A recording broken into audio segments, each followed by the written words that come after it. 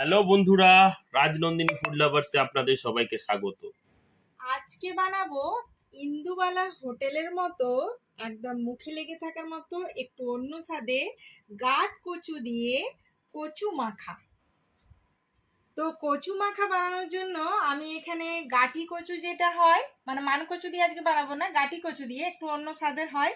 তো এই দেখুন আমি ভালো করে ছুলে আর ধুয়ে নিয়েছি কচুগুলোকে। এরপরে নিয়ে নেব একটা ছোট নারকেলের 1/4 নারকেল কোড়া, টুকরো পাতিলেবু নিয়ে নিয়েছি, একটা ছোট্ট সাইজের কাঁচা লঙ্কা দিয়েছি, আর একটা বড় সাইজের লাল লাল শুকনো গোটা লঙ্কা নিয়েছি, 1 চিমটি কালো জিরে, আর স্বাদ মতো নুন নিয়েছি। তো 2 চামচের মতো সর্ষের তেল নিয়ে নিয়েছি, আর এখানে নিয়ে নিয়েছি সর্ষে আর পোস্ত বাটা। এই সর্ষে আর পোস্তটা আপনারা ভালো করে লক্ষ্য করুন, এটা কিন্তু মিক্সিতে আজকে বাটা হয়নি, এইটা বাটা হয়েছে শিলে। তো এই পুরো রান্নাটাই হবে শিলে বেটে রান্না করলে এটার স্বাদ মানে ভুলতে পারবেন না, আর আঙুল চেটে চেটে খাবেন, আর একদম অন্য স্বাদের। আপনারা অবশ্যই অবশ্যই বাড়িতে বানাবেন আর খেয়ে দেখবেন, আর কমেন্টে অবশ্যই জানাতে ভুলবেন না যে আপনাদের এই রেসিপিটা কেমন লাগলো। তো চলুন, প্রথমে এই কচুগুলোকে আমি একটু ছোট ছোট করে কেটে নিয়ে ভালো করে শিলে বেটে নিয়ে আসছি, তারপর আমি প্রসেসটা দেখাচ্ছি। তো কচু বাটার সঙ্গে এই নারকেল কোড়াও দিয়ে দেব, আর এই বড় সাইজের একটা শুকনো লঙ্কা নিয়েছি এটাও দেব, আর ছোট্ট সাইজের একটা কাঁচা লঙ্কা। ঝালটা যে যেমন খান সেভাবে আপনারা ঝালটা দেবেন, কম বেশি করে নেবেন। আর তারপরে যখন কচুটা বাটা হয়ে আসবে তখন আমি আবারও এই মিশ্রণটাকে ভালো করে ওই বাটার সঙ্গে মিশিয়ে নিয়ে আরেকবার বেটে নেব, তাহলে এর যে স্বাদটা একটা অন্য রকমের। ওই জন্য আমি ইচ্ছে করে আগে এটা একটু শুকনো শুকনো করে, শুকনো শুকনো ভাব আছে এইভাবেই আমি বেটে নিচ্ছি। আর শিলে বাটা দেখতেই পাচ্ছেন, তো এইভাবে শুকনো করে একটু বেটে নেবেন। আর সর্ষে আর পোস্ত একসাথে আমি বেটেছি, ভিজিয়ে নিয়েছিলাম, তারপরে বেটে নিয়েছি। আর আগে কচু আর নারকেল আর এই কাঁচা লঙ্কা শুকনো লঙ্কাটাকে বেটে নিয়ে তার মাঝে আবার এইটাকে ঢুকিয়ে নিয়ে আরেকবার বেটে নেব, তাহলে মোটামুটি আমাদের বাটার পর্বটা শেষ হয়ে যাবে। তো দেখুন আমি বেটে নিয়ে চলে এসেছি। এটাতে কচু আর নারকেল আর ওই যে শুকনো লঙ্কাটা, কাঁচা লঙ্কা, ওগুলো একটু ভিজিয়ে নিয়েছিলাম, তারপরে এর সাথেই বেটে নিয়েছি। আর ওই সর্ষে পোস্ত আগে একটু টাইট টাইট করে বেটেছিলাম, ওইটাকেও এর সাথে মিশিয়ে ভালো করে বেটে নিয়েছি। তো দেখতেই পাচ্ছেন এরকম, তো চাপ চাপ ধরনের বাটাটা হবে। তো চলুন এরপরে আমরা এর পরের যে স্টেপটা সেটাকে আমরা করে নিই। তো এইটা তো বাটা হয়ে গেল, এটা কাঁচা এখন অবস্থায় আছে।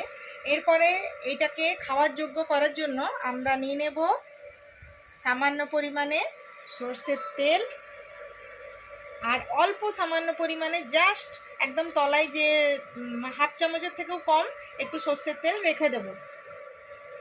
আর এই তেল গরম হয়ে এসেছে, এর মধ্যে আমি দিয়ে দেব গোটা কালো জিরে,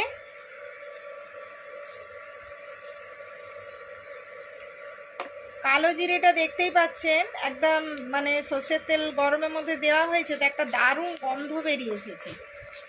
তো এই গন্ধটা জাস্ট বেরিয়ে আসবে, এই সময় আমি একটু স্বাদ মতো নুন দিয়ে দেব।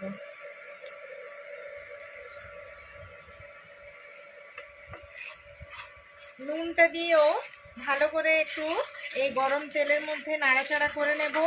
কালো জিরেটাও প্রায় ভাজা ভাজা হয়ে এসেছে। এই রান্নাটা অবশ্যই বাড়িতে বন্ধুরা বানিয়ে খাবেন। এটা মানকচু দিয়েও হয় আর গাঠি কচু দিয়েও হয়। তো গাঠি কচু দিয়েও মানে বানিয়ে একবার দেখবেন। আমি বাড়িতে বানিয়ে এটা প্রায় মানে খাই, তো গরম ভাতের সঙ্গে জাস্ট জমে যায়, একদম ইউনিক টেস্ট, মানে এটা স্বাদ না খেলে বোঝানো যাবে না। আর অবশ্যই অবশ্যই বাড়িতে বানিয়ে মানে কমেন্টে অবশ্যই জানাবেন যে কেমন লেগেছিল এই রেসিপিটা। মানে বড়দের, তারপরে বয়স্ক যারা পুরনো মানে ঠাকুমা দিদিমারা আছেন, ওনাদের এই রান্নাটা দেখে কিন্তু ভীষণ ভালো লাগবে। আর অবশ্যই বানিয়ে খাওয়ান, আর নতুন জেনারেশনে এই রান্নাগুলো আজকাল অনেকের বাড়িতে হয়ই না।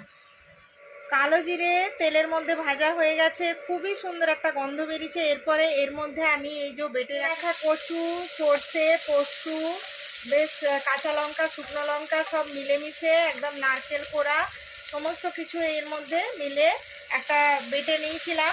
ওই মিশ্রণটাকে ভালো করে এই কালো জিরে আর তেল গরমের মধ্যে একটু জাস্ট নাড়াচাড়া করে নেব, সতে করে নেব। জাস্ট দেখতেই পাচ্ছেন, এই দেখুন গ্যাস একটু মিডিয়াম আছে, এটাকে একটু নাড়াচাড়া করে নেব।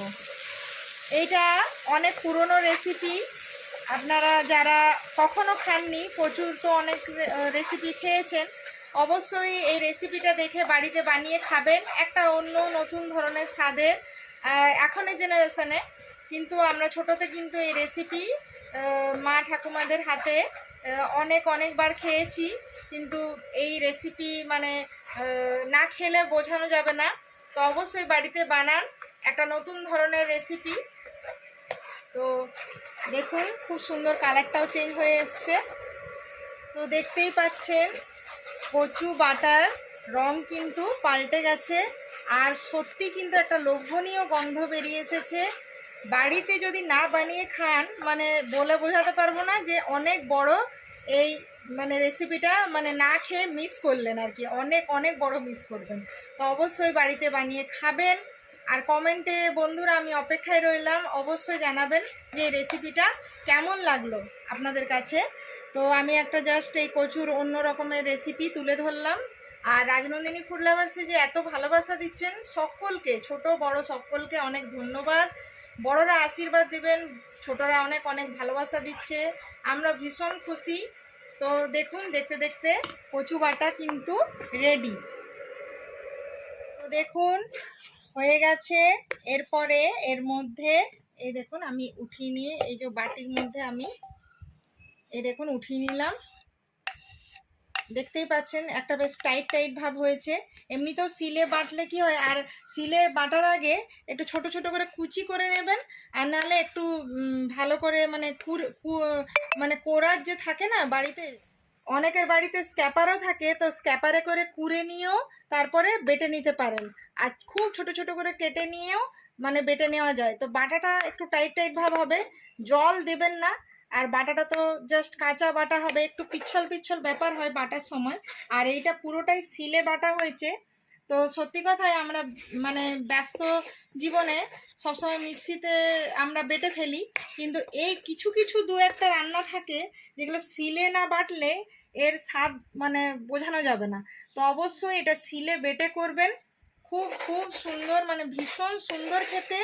আর মানে আমি নিজেই আজকে রান্না করছি, আমার নিজেরই মানে জিভে জল চলে আসছে, কারণ তো দেখুন এখানে কচু মাখা রেডি। এরপরে এর মধ্যে আমি সামান্য পরিমাণে কাঁচা সর্ষের তেল যেটা রেখে দিয়েছিলাম সেটাও দিয়ে দিলাম। কাঁচা সর্ষের তেল দিলে কি হবে, একটা অন্য স্বাদ আর কি বেরিয়ে আসে। এরপর দেখুন এর মধ্যে আমি সামান্য পরিমাণে একটু পরিমাণে লেবুর রস দিয়ে দিলাম, একটু গন্ধটাও চেঞ্জ হয়, একটা অন্য রকম ইউনিক টেস্ট। মানে এই রান্নাটা যতক্ষণ না বানিয়ে খান বাড়িতে, ততক্ষণ মানে আপনারা বুঝতে পারবেন না যে কেন আমি বারে বলেছিলাম যে এটা বানিয়ে একবার হলেও খাবেন। তো দেখতেই পাচ্ছেন কি সুন্দর লোভনীয়, এ দেখুন ঝাল মুখরোচক কচু মাখা বাটা এখানে রেডি। আর একদম মানে কি বলবো, পুরোনো দিনের কথা মনে পড়ে যাবে গরম ভাতের সঙ্গে, জাস্ট এইটা, আর কিচ্ছু লাগবে না।